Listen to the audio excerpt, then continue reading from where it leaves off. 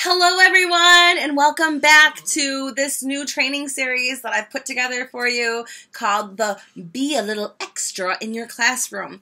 And today I want to talk about the littles. We talked a little about the littles yesterday, but I wanted to talk a little bit more.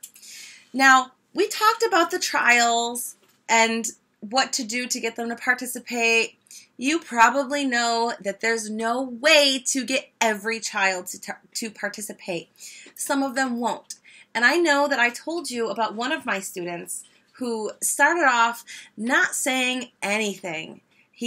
I think he took 4 classes, and then he redid a trial, and then it was 2 classes later, and he was speaking in full sentences, this little 3-year-old. So he was learning, he was listening, he was retaining the knowledge. He just didn't have the confidence to actually say it out loud. Once he got that, he started speaking in full sentences.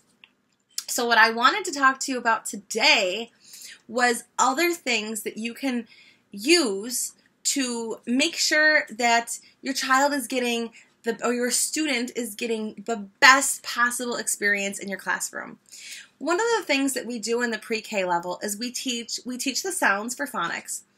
And we also teach shapes. Now, circle is easy. Circle is very easy. You can use props for circles. You can use your hands. But the other shapes are a little trickier. Square is usually easy for them.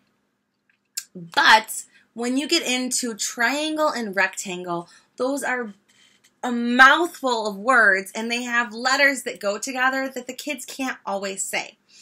I never have a problem in my class because I have added it to song.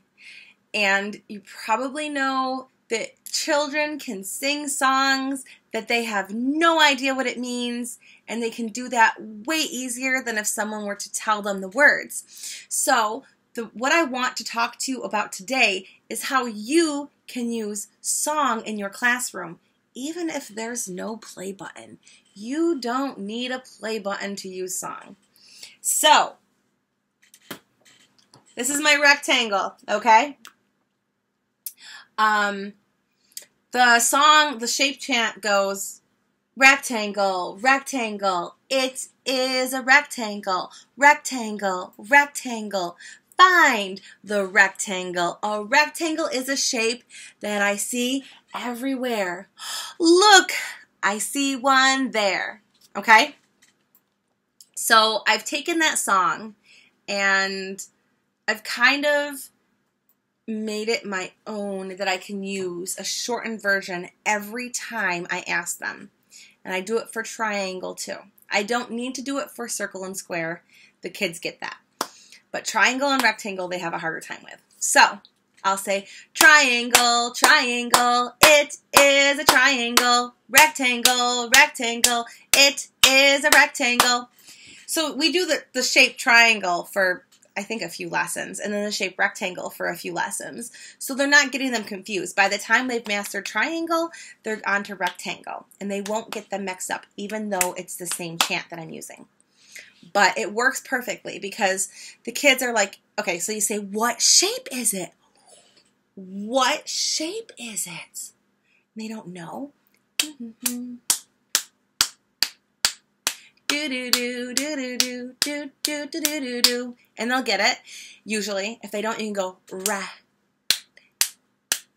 Okay, the song is in their head, and they are ready to learn. They already know it.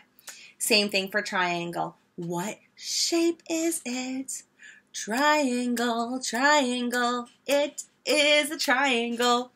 I had a mom singing my triangle song today. She was taking care of the little baby brother, and she's back there changing his diaper going, triangle, triangle, it is a triangle. I thought it was so funny because I totally just made that song up so that my students can learn faster. I mean, the faster they learn that, the faster they can learn other things, and that makes learning so much fun. All right, the other thing, littles. What else do you want to know about littles? Sometimes they're not going to participate. Be patient with them. Be silly with them. Did I mention be patient? This is something that is very overwhelming to them. You're weird, you're scary, and you're asking them to participate, and they don't talk to strangers. And here there is like a pink unicorn on the camera saying, triangle, triangle, it is a triangle. It could be a little overwhelming. So give them a second. Always have a smile. Don't get frustrated. Don't get mad if they're not participating. If they do something and like walk away or something, you can do the sleep thing. You can be like, knock, knock. Where is Alice? Alice. Hello, Alice. You can do things like that too to help rein them back into the classroom. They won't always know how to say their name, and you might get a Chinese name out of them. You might not, and that's okay. You don't have to use a name. You can always shoot them a message through Palfish Messenger later on and be like, hey, what was your kid's name? I didn't catch it in class, and I really want to make sure that I'm using the right name. And if they type it out in Chinese, you can say, can you speak that for me into the microphone? They might not even reply to you. Whatever, it's okay. You'll eventually get it. It's a lot of fun to be able to play and react with these kids, get them to react to what you're doing. Lots of props, lots of fun, lots of enthusiasm. Sometimes you might get a kid where you're like, are you ready?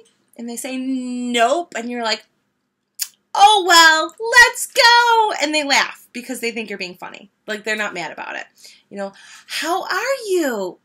I'm angry. Why are you angry? Okay? Angry filter. The angry filter has like little flames coming out of the eyes and like steams of smoke, and it's super funny. So those are some things that you can do to help keep your littles on track.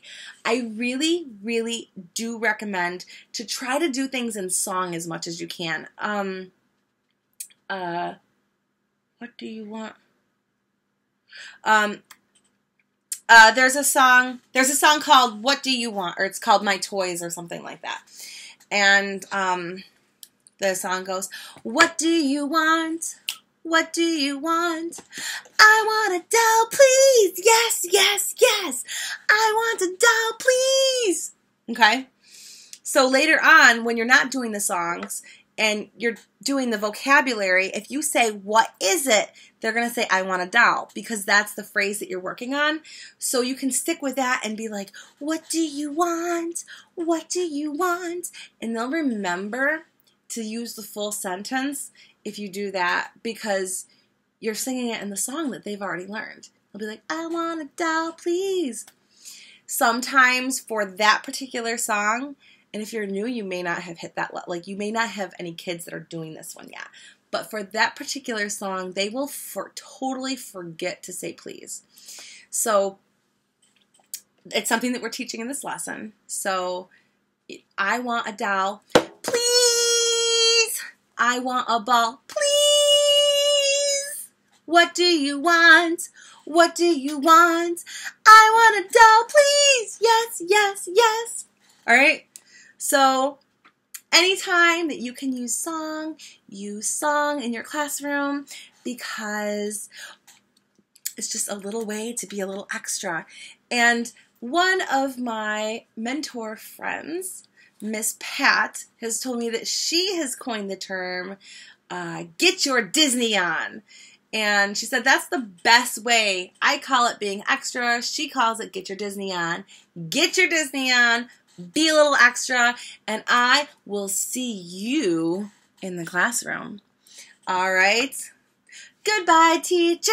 Goodbye, friends. Goodbye, goodbye, goodbye.